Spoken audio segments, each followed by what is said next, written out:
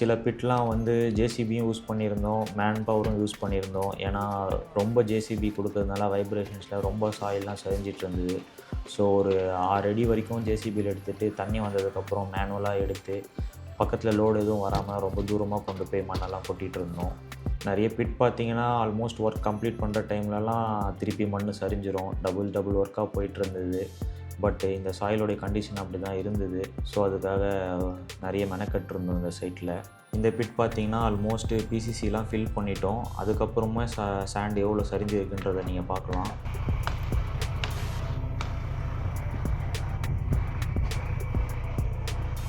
So as per design இதில் கீழே கொடுத்துருந்த மாதிரியே 2 ஃபீட்டுக்கு 40 mm அக்ரிகேட் ஃபில் பண்ணியிருக்கோம் இந்த பிட்டில். இது வந்து ஒரு சம்போடைய பிட்டு, அதனால் இது ரொம்ப பெருசாக இருக்குது. ஸோ இந்த வீடியோவில் பார்த்தீங்கன்னா அந்த கொம்பில் இருக்க 2 மார்க் தான் வந்து 2 feet and 6 inchesக்கான மார்க்கு.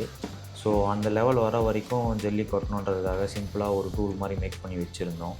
இதுலேயுமே பார்த்தீங்கன்னா சாயில் வந்து ஒரு பாதி ஆஃப் தான் எடுத்துருக்கு. மீதி பாதி ஆஃப் ஏன் எடுக்காமல் இருக்குன்னா, இந்த ஜெல்லி கொட்டினதுக்கப்புறம் சாயில் கொஞ்சம் ஸ்டெபிளைஸ் ஆன பிறகு பேலன்ஸ் இருக்க மண் எடுத்தோம்னா கொஞ்சம் சரீரத்தை கண்ட்ரோல் பண்ண முடியும். அதனால் அந்த மாதிரி பண்ணிகிட்ருந்தோம். ஸோ சைட்டில் பிட் நிறைய ஆக ஜேசிபியோடைய ஆக்சஸ் ரொம்ப குறைஞ்சிருச்சு. ஸோ வந்து நிறைய பிட்ஸ்லாம் வந்து 40 mm வந்து மேனுவலாக தான் மூவ் பண்ணி பிட்குள்ளே கொட்ட வேண்டியதாக இருந்தது. ஸோ நிறைய லேபர் இன்டென்சிவாக இருந்தது இந்த ஜாபு. போட்டோ நல்லா வேலை